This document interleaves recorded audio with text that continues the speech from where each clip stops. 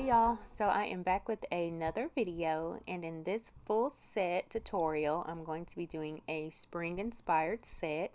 So I'm going to be doing my base kind of simple, but then I'm going to jazz it up at the end with some gel polish design. And speaking of gel polish designs, I feel like back in the day when I first started, I never used to do any kind of gel polish designs. It was always just acrylic. But here lately, I feel like that has been the trend to do more of these on the surface of the nail type of designs.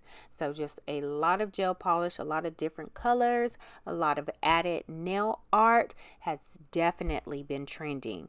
Stuff always comes back up, but then again, you always kind of get these new trends that tend to start. So I definitely feel like this is one of them. I've done my natural nail prep. I've got her tips on, got them shaped into stiletto. I did my dehydrator, primed, and now I'm coming in and I'm adding a thin clear base to these, and that's because I'm going to do an ombre, and I just like to have that smooth surface down first before I go in and start blending my colors. So that is the first thing I'm gonna do. Alright, once I have that done, I'm going to come in with my white. This white is from NSI, I believe, and it's okay. I really do like it. I'm going to place a medium bead there at the center of the nail, and then I'm just going to walk that down. And as you can see, I'm not pulling it down, but I'm doing more of a patting motion. Anytime that you're starting out, I've said it before, you have to be able to control the acrylic. That is the most important thing when you're trying to learn nails. And as I'm patting this product down, it is really shaping it in the way that I want it to be shaped. Once I have it where I want it to be, I'm going to come across the surface of that bead and start smoothing it out. And everything that I'm doing on the surface of that acrylic. So I'm not digging into the product as I pat down. I'm touching the very top part of it very lightly, and that's where I'm patting. So like I said, I'm doing ombres, so that's the first thing I'm going to do. I'm going to get all of those ready before I move on to my next step. So I'm coming to the ring finger and I'm going to do the same thing. I'm going to apply that white bead where I want it, get it into shape, smooth it out, and then allow those to dry before I move on. So once I have those whites down, I'm going to come back to the pinky and I'm going to start making my fade with my nude color.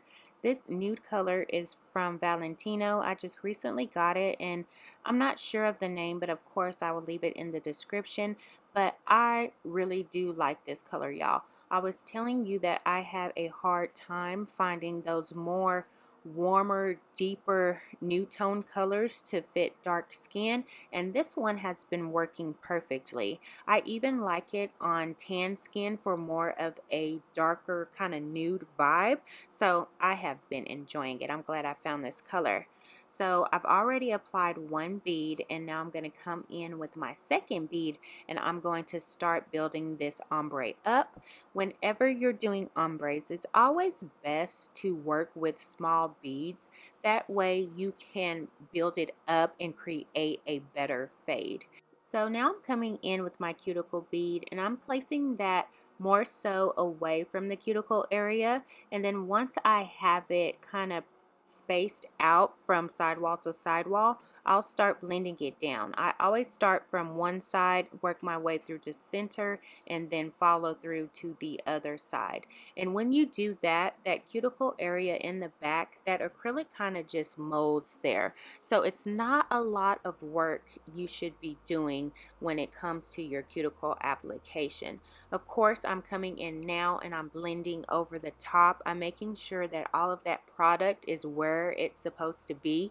You don't want to leave any build up at the back of the bead. You want to make sure that you bring everything down and everything is nice and smooth.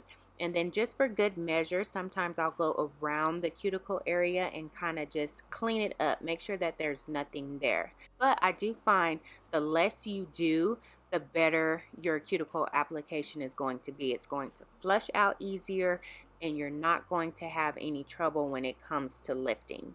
So now I'm going to come in and I'm going to, of course, cap my ombre. You want to make sure that that fade you created is nicely protected when you come into file.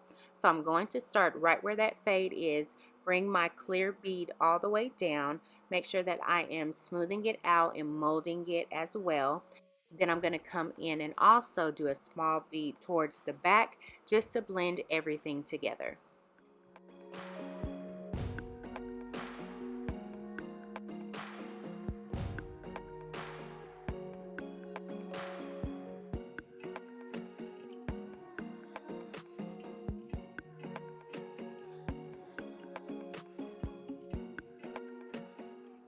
So I'm going to come back to the ring finger and I'm going to do the same thing. I'm going to build that ombre up. I'm also making sure that I pay attention to how much of this nude color that I'm using. Her nails are not so much as thick, but the way they're shaped, she already gives off a lot of, I guess, C curve when it comes to her natural nails. So I have to be careful about how much product I'm putting back there. If I end up putting too much, then of course they will look too thick, the apex. So you always want to pay attention to the natural state of your client's nails. That has everything to do with how your nails turn out. If you have really tiny nail beds, then you're going to have small nails. If you have really thick nails, then of course your nails are going to be on the thicker side. If they're wide, if they're angled, short, crooked, all of that comes into play. Now, when the nails are worn more shorter, then that gives the nail tech kind of not much room to work with. So whatever I put on top, your natural nails are going to pretty much take over that, and that's what it's going to mimic. Now the longer you go, that's when I'll be able to start doing more correcting, more shaping here, tweaking stuff there, and then I can kind of start molding it into how I want it to be. But it's still not going to come far away from what you already have. So you have to pay attention to all of those little details when it comes to applying someone's application. I was just doing this voiceover, and as I was watching the video and the playback, I was just noticing her natural nail shape, and that's kind of why I got into it, because I was just like, these are things that you have to understand if you're going to be a nail tech. I have heard so many different clients before say, oh, well, this nail tech does so and so nails better than she does somebody else's. But I feel like it's not like that at all. I feel like it's probably just the client's nail beds.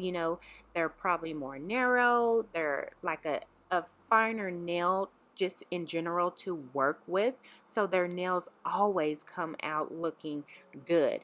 And that, of course, is not the same for everyone. Everyone has different types of nails, skin, hands, nail plates, curves, all of that comes into play. So it's just like if I walk into a salon and I show the beautician a picture and I say, let me look like her. I'm not going to leave that salon looking just like that person in the picture. It's going to be how I wear it. But I've kind of gotten off a track, so let me get back to this set. I have went in and applied that nude color to my middle finger, and then I also went in and did the same thing on the pointer finger, and then the thumb is a ombre.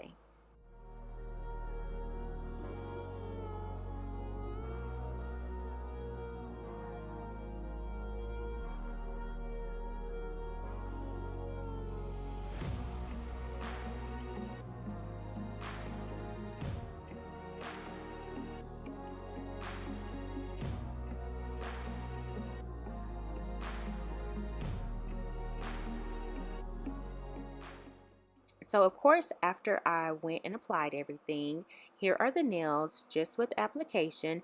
Your application should not be so far from what you're going to file it in. That is going to make a big difference in your shaping. So those were the nails, just application, and then here they are, nicely filed. Y'all know when it comes to stiletto, they have to be sharp. You have to at least poke me before you leave, okay? I need to know that they are stiletto ready. So moving into design, like I said, I'm going to do a gel polish design. So that color is from Madame Glam, and it is just a very beautiful blue color. I'll make sure to leave it in the description for you. And I just applied that to my palette, and here I'm coming in with my Magpie striper brush, and I'm going to create a French. And I did a French in my last video, but y'all, I can't just get away from Frenches if I'm not doing an acrylic French. Now I'm doing gel Frenches, okay? And in the last one, I used a cutter that I saw on TikTok. Someone tried to do a hack, but it didn't work for me. I didn't like it. So I'm going to kick it old school and just use my striper brush and carve out that French. I'm starting by working the sidewalls first and then basically just bringing that all in to the center. As I'm doing this though, I don't think I show it, but I always turn her around and I look from that point of view just to make sure that my French is aligned correctly, everything's nice and even. And then once I have all of that done, I'm going to go in and fill the rest of that color in, but I'm going to make sure that my outline first is nice and straight. So here I'm finally filling this in, and my goal here is to only use one coat as I fill this in. I do not want to make this tip thick at all, so it's important that I use a good quality polish, a good opaque one at that, because not all of them are opaque, some of them are sheer. So this one is very opaque, so I'm able to fill it in, and now I'm coming through with my striper brush just to kind of clean up any little spots you see there on the side. Nuh-uh, I need to get that, honey. Always check your sides, go over it, make sure that everything is okay. Sometimes you can kind of go across the surface of that tip with your striper brush and fill in any kind of little sheer areas. But that's why the striper brush is so good for filling in little details like this, because you can really just float the surface of that polish and it will create not so much of a streaky look like you would get with the applicator brush. Instead, like I said, you can kind of just float on top of it and kind of fill those in without having to go in and add another coat. So once I have that done, for my ombres, they're pretty much all going to be this design, which is going to be a flower. So for my flower, y'all, I'm starting off by doing a little guide. And listen, ain't nothing wrong with doing guides, adding little bits here, little cheats to help you get the design that you're looking for, okay? Now, I really never, I'm gonna tell y'all, used to do any kind of hand painting. I used to tell my clients too, do not come and ask me for no hand painting because your girl does not do that. If I don't have a stamp or a sticker, we ain't doing it, okay? But I'm trying to do better. I'm trying to push myself to do more of the hand painting stuff because, I mean, the times are changing, honey, and you have to be able to roll with it. Like they say, you can never stop learning. You can never stop trying to do better. So I'm making myself do it. Now, the reason why I didn't want to do it, I'm going to tell y'all, is because I like for my stuff to be perfect. And I know that's not good. We should not be perfectionist when it comes to our work, but I kind of am, okay? And I really don't care. I'm going to try to make sure that I do stuff and it looks good to me. I want the client to, of course, like it, but I feel like I have to just do the best that I can do, okay? So I made my little guide. I came in with my dotting tools, added my dots, and now I'm coming in and pretty much just creating a little petal. I guess you can say a little rounded off petal, but I'm going to do that on all of the ombre nails. These nails aren't too long. They look long, but they're not really long. So I think these nails are going to hold maybe three flowers max. I'm doing one big one in the center, and then I'm just gonna follow on the sides with a smaller one.